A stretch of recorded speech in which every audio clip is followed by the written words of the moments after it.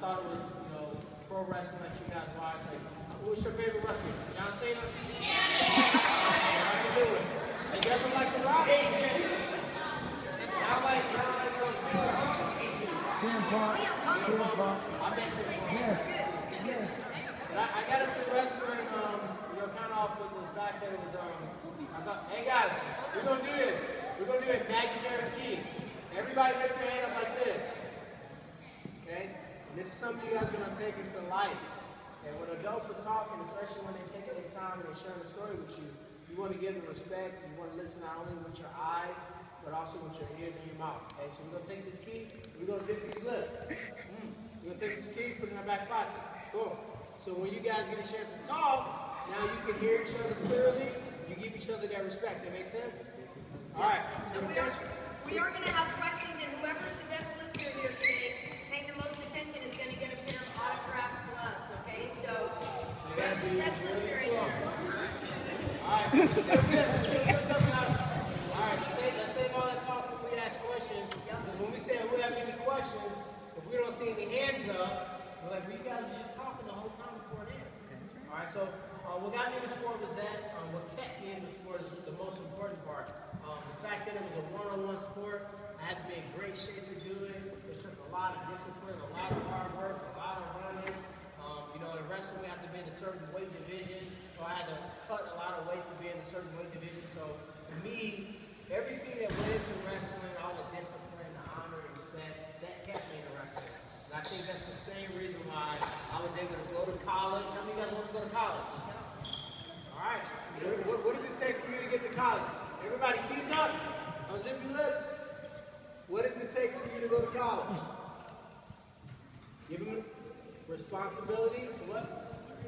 Responsibility and good grades. In the top corner. Hard work, dedication. You got the Mayweather too. All right. Right here in the green shirt. Education. So he said hard work, dedication, good grades. She said education as well. Last one. You said what? Intuition. Intuition. Knowing your surroundings. You know, having a good intuition. So all those things are not just taught in class. They're taught in life.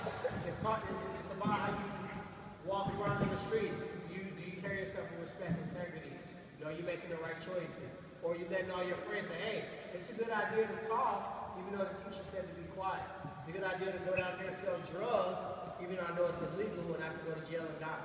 So when you're doing these things, you got to realize that the stuff you learn in wrestling, any kind of martial art, karate, taekwondo, judo, jiu-jitsu, boxing, you know, a good coach is going to expect something out of you. He's going to expect you to come often.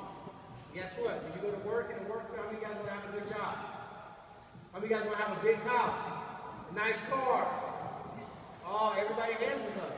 But to get that nice house and big cars, you need to have some income. Your boss is going to expect you to come every day, on time. Okay, same thing in sport. He's going to expect you to be dedicated and work hard, just like you do in sports. So if you think about it, sport teaches you a lot of the same things you're going to need in life. So when you guys had the opportunity to be here at the Boys and Girls Club, how many guys like being here at the Boys and Girls Club? Oh, no. All right. Everybody answered me. All right, man. The fact that you can come here, guys, and learn, and do sports, and have people like these instructors and staff that mentor you and talk to you about life and try to help you get ahead, that's an advantage. You know what the other alternative is? What's the other alternative, or what's the other option instead of being here? What could you be? What could you be instead of being here? At home doing nothing all day? Sleep? School? Watching TV? Homework? Let me give you a couple other ones. Getting in trouble. You can be getting in trouble. You can be in the streets. You can be in the streets getting in trouble and in the streets. You can not be at home. You can be at a friend's house unsupervised. You can be doing all types of negative things. The fact that you have the ability to walk through these doors, have a positive outlet, and make something of yourself and of your life is already a plus. Those kids right now, you know, how many guys know where St. Louis is at? Okay? In St. Louis is in Missouri. It's smack dead in the middle of the country. It's freezing cold right now. Probably when I went